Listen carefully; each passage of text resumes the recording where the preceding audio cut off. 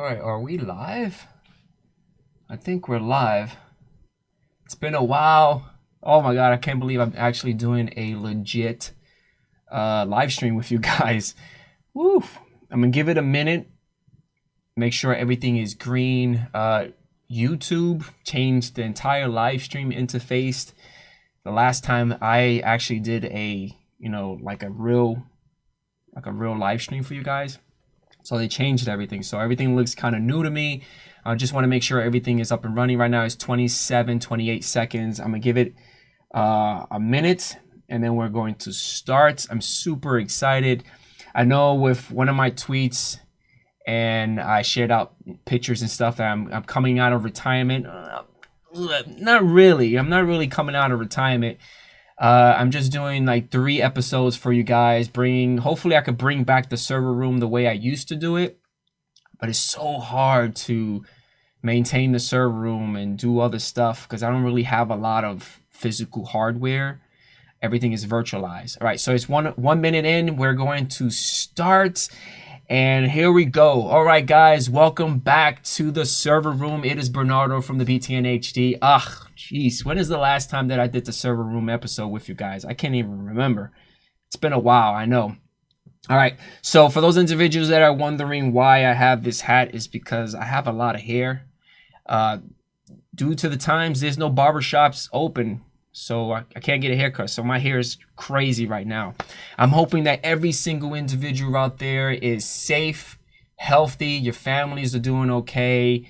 If you don't need to be outside, stay home. Be safe, right? For those individuals that are here, thank you for joining me. Again, I'm gonna kickstart it right away because that's how I like to start it. I want to just get right into it. So I'm going to share my screen with you guys. I got a couple of people already in the chat saying that it looks good, sound good. Thank you so much. We're going to switch it over.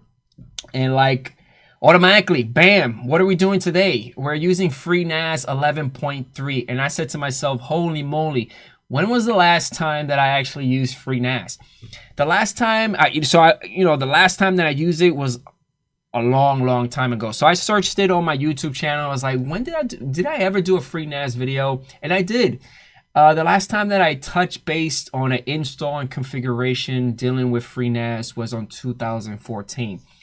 And holy moly, this operating system is phenomenal. It is awesome. They added so many cool things to it. But today, I'm only focused in creating an iSCSI storage within this service. And the reason why is because on the next live stream, if everything goes well, knock on wood, right? Knock on wood. The next live stream that I'm going to do for you guys is dealing with Hyper-V and clustering. And for the Hyper-V and clustering setup to be, to be done correctly, you need to have at least an iSCSI storage device. So that's the reason why I'm doing this first. And then on the third special live stream, the server room episode, I'm dealing with like inventory management kind of thing, like a software that I found. So I'm pretty excited about that. So let's get started. So the first thing that we need to do is we need to get a copy of the FreeNAS. You're gonna open up your open up your favorite browser. And my favorite browser that I'm gonna open up is Chrome. And pretty simple. First thing you need to do is what? Type in freenas.com, right? So just type in FreeNAS. Once you type in freenas.com, hit enter, right? So I kind of recommend that you guys make sure that you're going to freenas.com. You are able to just type this in. It's up to you. I'm going to just click on the download link. And if you click on the download link, it's going to take you here. And from this page here, I'm just going to scroll down to the point that I'm able to see this, right? No thanks, just take me to the downloads page and just want to click on that. So once you click on that, you're going to get this. Now, the time that I did this video, or actually the screenshot, it was 11.3 U2. If you go to the site right now, it looks like FreeNAS upgraded their ISO to 11.3 U2.1. I think in the future, maybe later on, behind the scenes, I'm going to do a video how to upgrade your current FreeNAS to that version. So don't worry about that, right? So super simple. Just click on that download button. And because I'm using Chrome, Chrome is going to download that ISO to the corner, right? It's going to start downloading. The file is about 750 megabytes, so it's pretty small. It's not huge, not like a gig, 2 gigs.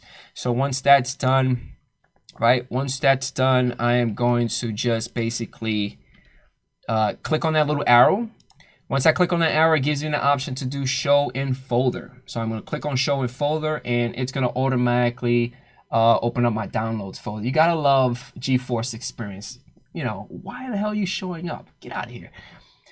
So this is the ISO, and I'm going to be needing that ISO because I am going to create a virtual machine. Again, it kind of sucks because I don't have like physical hardware to do this stuff for you. And in the future, my future goal is to get physical hardware in the lab and do this stuff for you or with you with physical machines. So I'm actually going to use this ISO within my Hyper-V infrastructure and create a virtual machine, and we're going to do the setup and stuff. So let's get out of here real quick. Awesome. So next thing that we need to do is on my desktop, I'm going to click on the start menu, and from the start menu, I'm going to look up Windows Administrative Tools, and I'm going to click on the Hyper-V Manager. Now within the Hyper-V Manager, pretty simple. Right here on my node, I am going to right click on it, go to New, and just go to Virtual Machine, and then you're going to get the new Virtual Machine Wizard. Okay, so within the Virtual Machine Wizard, we're going to click Next. You're going to provide a name, and then you're going to give it a location. So it's really up to you. I can't tell you this is best practice. Okay, this is really up to you. Once you do all that information, we are going to click on Next. For your specific generation, you could do Gen 1 or Gen 2. Gen 2 would be the way to go, but I left it as a default as Gen 1. For memory, the core requirement for FreeNAS is 8 gigs. I got away with 4 gigs, but if you want to play safe and you want FreeNAS to work efficiently, if you're going to be using the other services, 8 gigs or more would be the best. 4 gigs was enough for what I need it to do within my environment, okay? So once you set or assign your memory, just click on Next, establish your connection, and once you pick your connection, click on Next, pick your size, and from here, we are going to pick Install an Operating System. You're going to make sure that you pick on Browse and just locate that ISO file that you downloaded. Now, I downloaded that ISO file within the Downloads folder, and that's where I went. I selected it, and once I'm done, I'm going to basically click on Next. This is summary. So this is the name of the virtual machine that I created, Gen 1, 4 gigs. My network is a NAT switch, so that means I have to assign an IP address to this machine for it to talk outside and also inside my LAN. And this is the location, and this is the operating system right here, right? Right here, cool. And click on Finish. It's going to start creating the disk for you, and once it's done, there it goes. So we are going to actually right-click on our virtual machine, and I'm going to click on Connect. And this is a nice little window right here, bam. So from here, I'm going to go to File, Settings, and this is the settings for this virtual machine. And I need to do a couple of things. I'm actually going to click on SCSI Controller. Make sure that you pick Hard Drive, and I'm going to click on Add, and then you're going to pick New. Because I want to create a couple of virtual disks, because those virtual disks is what I'm going to use for my iSCSI storage device within my FreeNAS. So once you get to New Virtual Hard Disk Wizard, from here, just click on Next. By default, it's going to pick the VHDX for you, which is great because, you know, the support size is 64 terabytes. That's huge. Again, because I'm doing everything within a virtual machine, I would love to have 64 terabytes. And I will even love to have a physical machine in the lab to do 64 terabytes. That'd be so awesome. You know how many virtual machines I could do for you guys and the type of machines that I could do? Holy moly. So I'm going to leave it as VHDX, hit Next. You got 3 types for your disk type. Normally the default is dynamically expanding, so I'm going to leave it as is. Click Next. Provide a name, provide a location. Once you provide all that information, just click Next here. Provide a size, then click Next, and you get a nice little summary. So again, my format would be VHDX. My type would be dynamically expanding. This is my NAS name. That would be the name for the virtual disk, the location, and I only gave it 100 gigs, and I click Finish. Okay, so behind the scenes of magic, I'm gonna take my wand and boof, presto, boom. I did it twice. So it's the same process, nothing magical. All I did was just click on new, next, next, next, give it a name, location, and the size, and finish. I did this 3 times, okay? Because these 3 hard drives, I'm going to pick it during the installation, during the process of creating my iSCSI storage. So I'm going to be using these 3 hard drives. Now this hard drive right here is where the operating system is going to be installed. And I think the size of this hard drive was only 50 gigs. Okay, so once you do all that, we are going to just basically click on apply, okay it, good. Now within the virtual machine, I am actually going to click on media. Oops, sorry about that. Let me, oh yeah, wait a minute. Let me get out of that real quick. Okay, sorry, my bad. So from here, I'm going to click on start. It's gonna start up, it's gonna load up, and once everything loads up, you're going to get this. Once you get this, you want to hit enter. Once you hit enter, it's going to start processing itself, and then you're going to get this. This is the console setup. Pretty straightforward. I think FreeNAS has improved their installation process throughout the years. Again, the last time that I touched FreeNAS was in 2014, and that was a long time ago. So from here, we're going to do number 1, and I'm going to hit enter. And again, because I cheated the system, recommended size for memory is 8 gigs, but I'm still able to continue the installation, which is awesome. So you're gonna hit yes, you're gonna pick yes, and then hit enter. And then here we go. We have DA0, 1, 2, and 3. 1, 2, and 3 is basically the virtual disk that we just created together. And DA0 is the hard drive, the primary hard drive for that virtual machine, which is 50 gigs. So I'm going to hit the space bar to select it, hit enter to continue. You're going to get a warning. It's going to say, hey, it's going to erase all the partitions, all the data from DA0. Do you want to continue? Yeah, that's what we want, right? So hit enter. You're going to provide a password and then confirm the password. Now, this password is very important, so make sure you remember it because this is the password that you're going to use to log into the web interface within FreeNAS to continue the setup. So once you enter your password, you confirm it, you're going to hit enter to okay it. And then from here, you're able to pick which boot mode. I can't say, okay, this is the best option that you need to do. It really depends on your infrastructure. It also depends on your motherboard, your processor, and where you are actually installing it into. So I think within my environment, I pick boot via BIOS, and I just basically hit enter. It's gonna start doing this, don't freak out. And once it's done, bam, simple. From here, I am going to basically pick on media, go to DVD, and I'm going to remove my ISO. And when you're removing something from a virtual machine like an ISO, you're going to see on your Hyper-V console right here, it's going to say removing resources. I like to wait until this right here, this status disappears, because once it disappears, that means to me, that means it, the ISO is, removed. You can actually hit enter within the virtual machine to reboot it, or you could just do a reset. So once you do the reset, what's going to happen is it's going to bring you back here. You could wait until it auto boots, or if you impatient, you don't have no patience like me, just hit enter.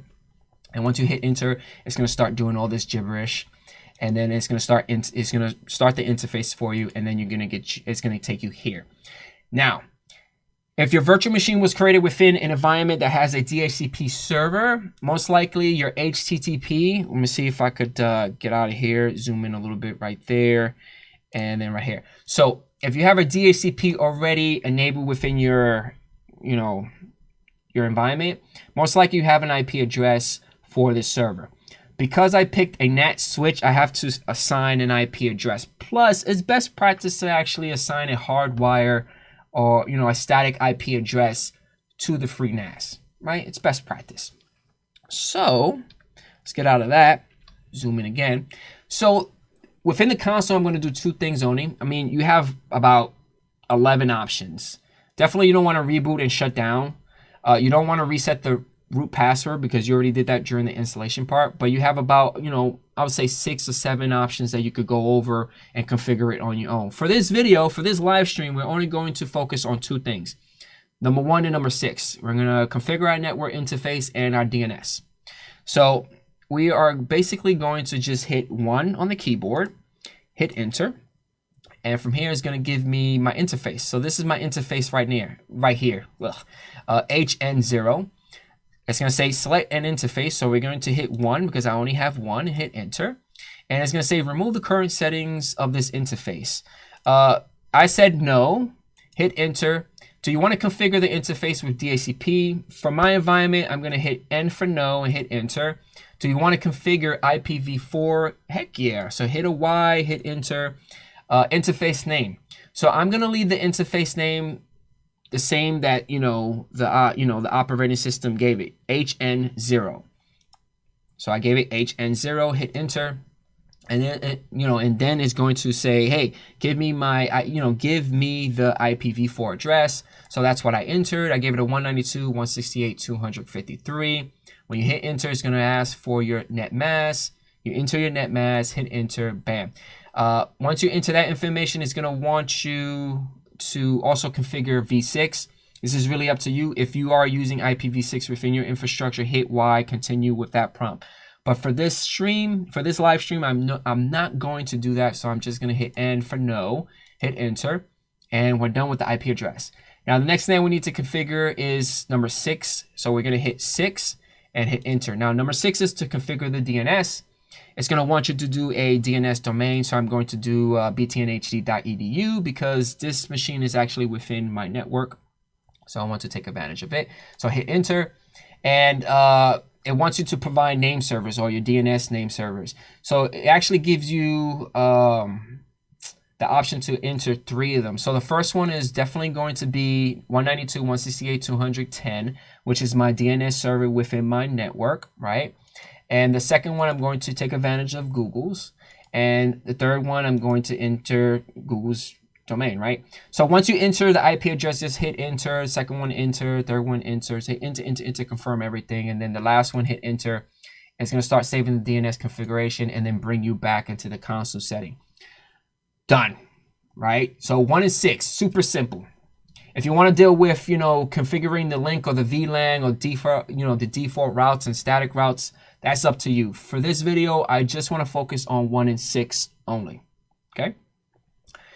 Now, what we need to do is open up your favorite browser. Again, my favorite browser is Chrome and also Firefox. So it's either or. So within our favorite browser, we are basically going to zoom in. I'm going to zoom in right here, and we are going to type in the IP address of your FreeNAS. For me, it was 192.168.253, and just hit enter.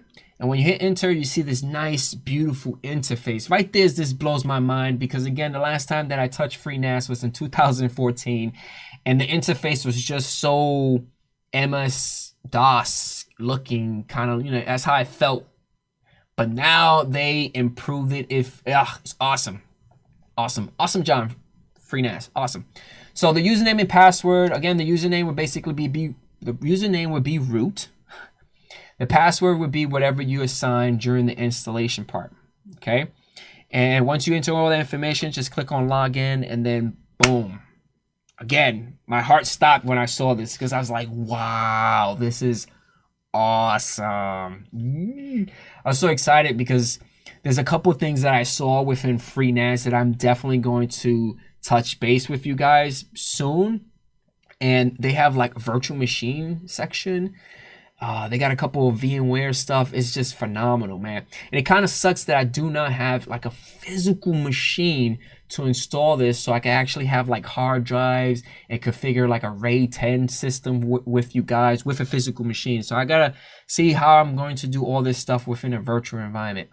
So once you are inside the web interface, the first thing that we need to do is go inside services, right? Because we are going to configure an iSCSI, we need to start the services, okay?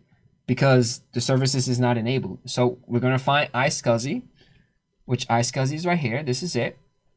And it's not running. So what we are going to do is slide that little, that little knob to your right, and it's going to turn it on. Now also make sure that underneath the start automatically column that this is checked off. So if your FreeNAS reboots, or you reboot your NAS because of, you know, an update or something, you want that service to automatically start up for you, right? You don't want to constantly go here and start it up. Okay, so once you have the iSCSI up and running, the next thing that we need to do is head to storage. All right, so this is where I'm at, storage. Okay, we went to services. Once we enable services, let's go inside storage. And within storage, we are going to basically click on pools. All right, so right now, oops, get out of there. Right now, I don't have any pools. So we are going to basically click that big button that says add. And again, we don't have any pools. So by default, it's going to pick create a new pool. Click that button. As simple as that. Click on that button, create a new pool. It's going to want you to enter a name. So I gave it something super simple, storage, right? And look right here, look at my available disks. So let me zoom in for you guys. Look at the available disks. These are the virtual disks that we created together within Hyper-V. And what I'm going to do is just click on this little guy right here to select all of them. And then I'm going to click this little arrow to move it to your right. Click it, boom. How simple is that? Beautiful. Once you do that, click on that big button that says create. You're going to get a nice little warning saying the content of all the added disks will be erased. Just confirm it and then click on the button create pool. It's going to start saying please wait. Now, I think depending on the capacity of your drives, it's going to take a while because my drives are only 100 gigs. It was pretty seamless, pretty quick, and it's going to take you here. Boom. Done. Now from here, we need to basically click on these little 3 dots here, and we need to add a Z volume or a Z val, right? So once we click on that, it's going to give you this little menu right here. Let me zoom in for you guys so you guys can see a little better. We need to provide a name, and we need to provide the size of the Z volume. So I basically gave it BTNHD volume, and the size is only going to be 100 gigs. I left the sync, the compression level, and the ZFS dedupe all. I left it as a default. I didn't change anything. And then all I did was basically click on save. And then once I click on save, boom, our Z volume is created. Whoa.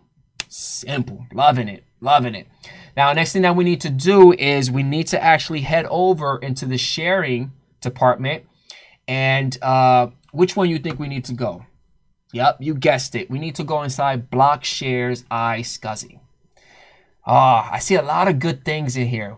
SMB, Web Dev, Unix shares, Apple shares, all this stuff I'm going to try to touch base hopefully in future videos. But for now, for this live stream, we're only going to take care of that block share. So click on block share, and then once it takes you there, I'm going to zoom out so you guys can see. It's going to take you to this nice, beautiful web page for the iSCSI. Now, you know, you could take the easy route, click on the wizard button and just follow the prompts. I don't like doing that. I like to poke around and see each of these little tabs and see what's inside of them. So the first tab that we're actually going to go inside is portals. And within portals, we don't have anything in it. So what we're going to do? Yeah, we're going to click on that add button. So let me zoom in for you guys real quick. Now you are able to do a description, also do a discovery method, and also I think within here, I didn't do a description and I did not configure a discovery method. But if you click on that drop down menu, you do have options to configure it even further. For my environment, for what I needed to do, I did none. I didn't add a description. I think the only thing that I added was an IP address. Now the IP address is the IP address of your FreeNAS.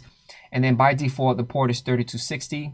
I will recommend that you change that for security purposes.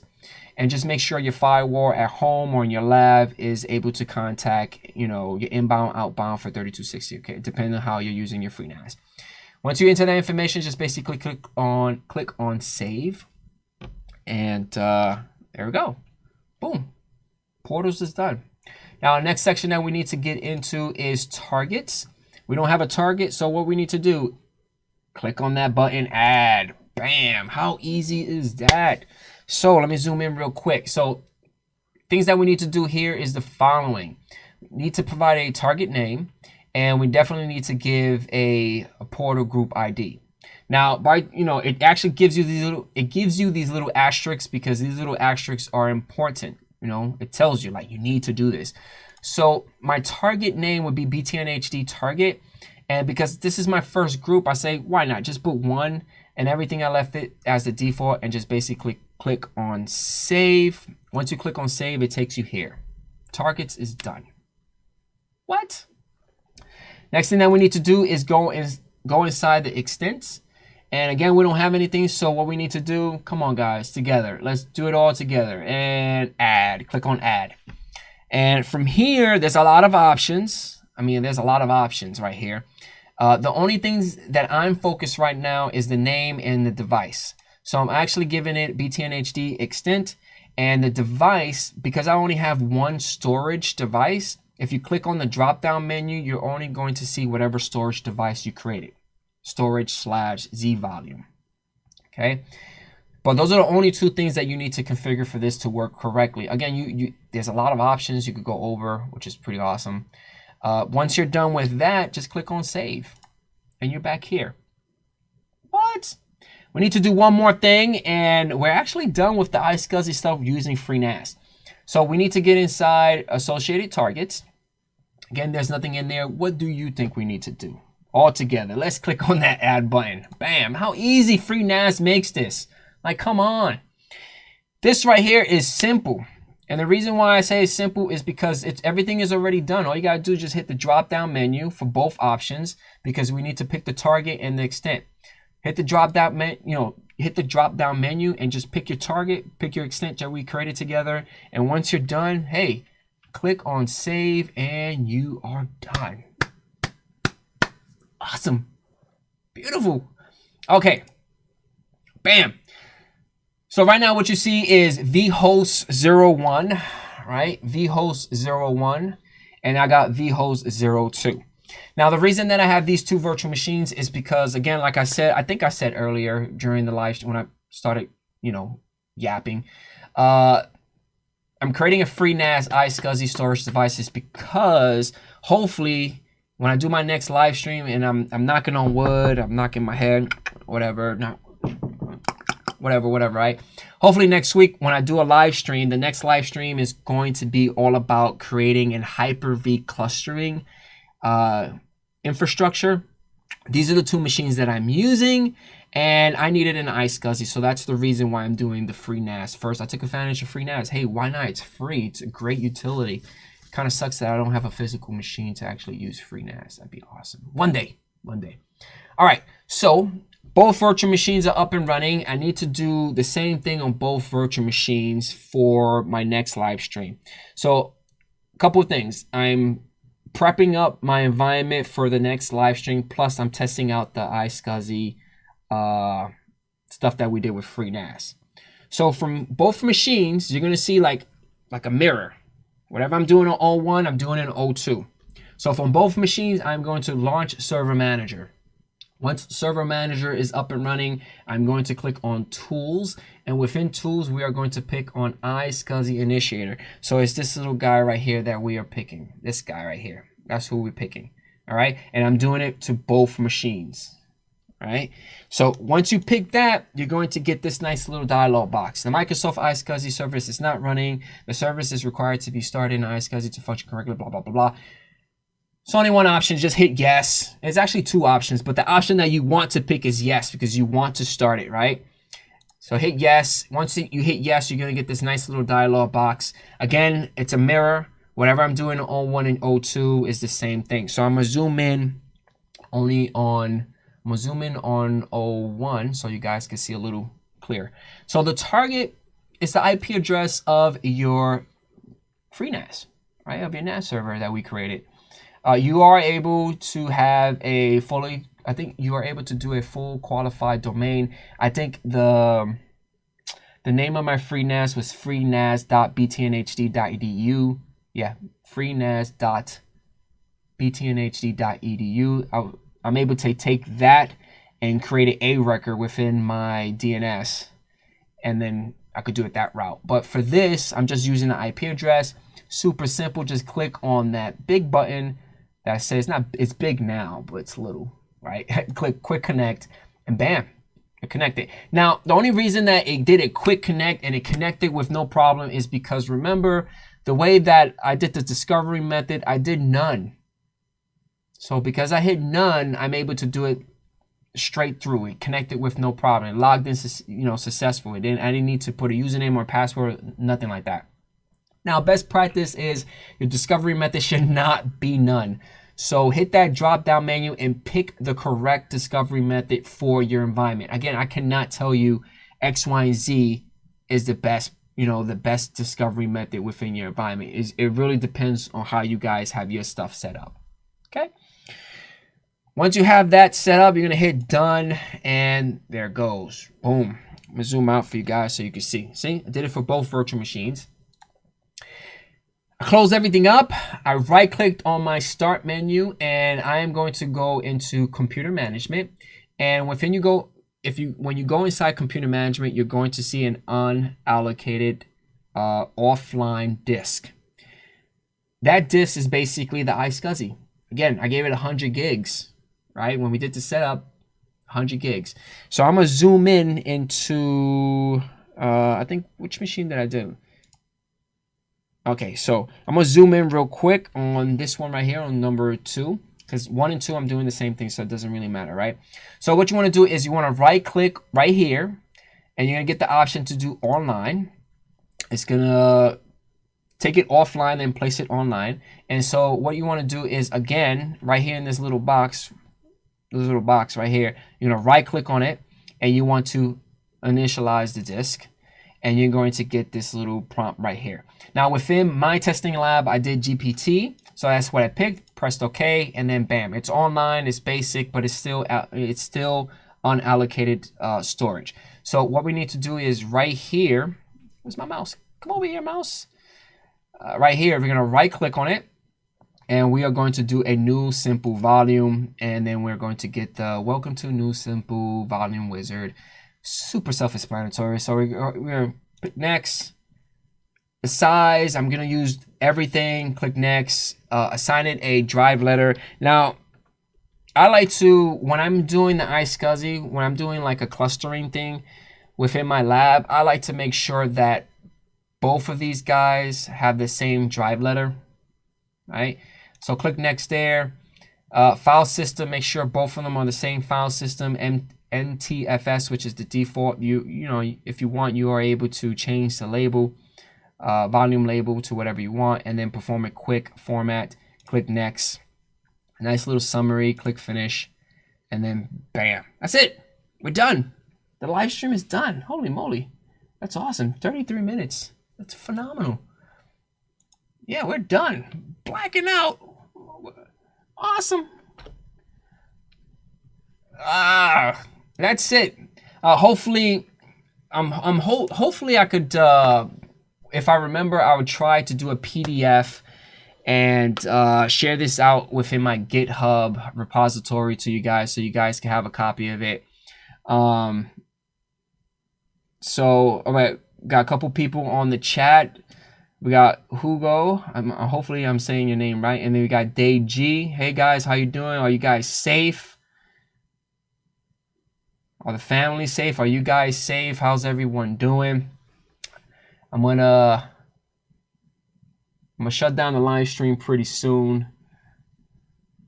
Hello, call me Neo. Just did a good lab with FreeNAS 11.3 iSCSI. Ooh, yeah. I know. I really wanted to use VMware with the iSCSI, but the problem is like I don't really have a lot of resources. Like for true, you are able to use VMware and create a virtual machine with you are able to use Hyper-V and create a virtual machine with EXI, but I would like to use a physical machine to actually do all that stuff. Dave G said that FreeNAS is going to be renamed as TrueNAS Core. All right, cool. Did not know that. Thank you for letting us know, Dave G.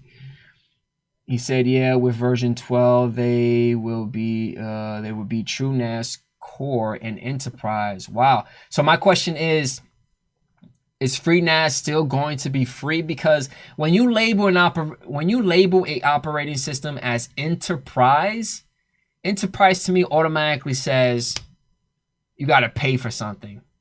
I mean, it kind of sucks that, you know, if they do add the label as enterprise and they put a charge to it, that blows my mind. Like, keep it free.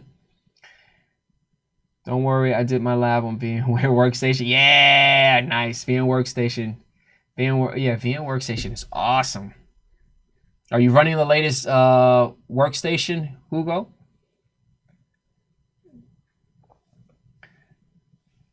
This OS type FreeNAS should be FreeBSD 11. True. You can use 2 disks to do a RAID 1 installing using ZFS.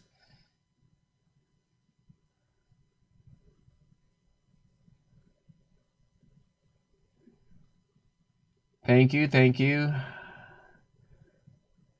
Thank you, Kwame. Thank you, Kwame NeoX. I think that's how you say it. Appreciate it. Ooh, 16 gigs, nice. Well, 16 gigs is the machine that you have. That's, you know, that's like your host machine has 16 gigs. That's not that bad. The enterprise has additional functions. Yes, workstation 15. Oof. Workstation 15, I heard a lot of good things about 15. I'm still running 14. I'm debating whether or not to pay the extra money to get upgraded to 15. Cool. All right, so we are going in 37 minutes strong.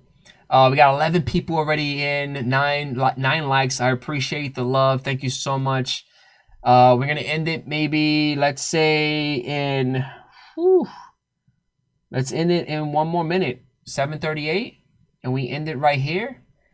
Again, I'm gonna try my hardest to share out the PowerPoint to you guys, and I'll probably upload it to my GitHub repository so you guys could just grab the PDF and just follow along, write notes during the stream, you know, all the stuff that we went over. You could just write little notes to each slide, and that's it. Oh, thank you, thank you. By the way, love your SCCM videos. Thank you. I appreciate that. I think everyone, thank you. Thank you, thank you. I try my hardest to try to do the SCCM for you guys. I'm still pushing out. I try my hardest to try to push out more SCCM and more MDT. I'm I started doing Smart Deploy, which Smart Deploy like is, oh my god, Smart Deploy is such a phenomenal basic level deployment tool. I think this is the tool that anybody that wants to get into MDT and SCCM for real, get your hands dirty with Smart Deploy first, because that will break everything down for you, right? It's super simple. And then if you want to get your hands dirty, get into MDT. And then if you really want to get your hands dirty, get inside SCCM. And if you just want to have a crazy good time, integrate MDT with SCCM, and bam, you got a beast. But Smart Deploy is what I've been focusing on because it just makes life so easy, man. I think the last video was creating a deployment package. It was like that, super simple. Awesome. And capturing a virtual machine, you don't need to do any system preparation. It does it for you. It can capture VMware stuff, Hyper-V stuff, VirtualBox. Awesome. Awesome. That's it. It is, yeah, I said a minute ago and I'm still yapping. So that's it, guys. Hopefully you guys enjoyed this live stream again. Hopefully next week we're going to go at it again. We already did the iSCSI storage device for the next video, and the next video is all about configuring a Hyper-V clustering environment, clustering environment. Yeah. And that's it. Hopefully you guys stay safe, stay healthy.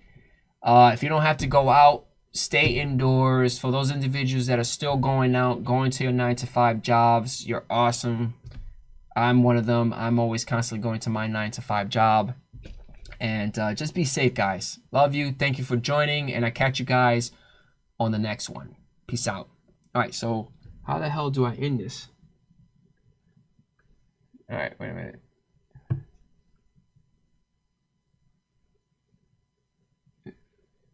Are we finished? No? Wait a minute, is this the button? Wait a minute, is this the button? Are we off? No. I'm joking with you guys. Love you and peace out.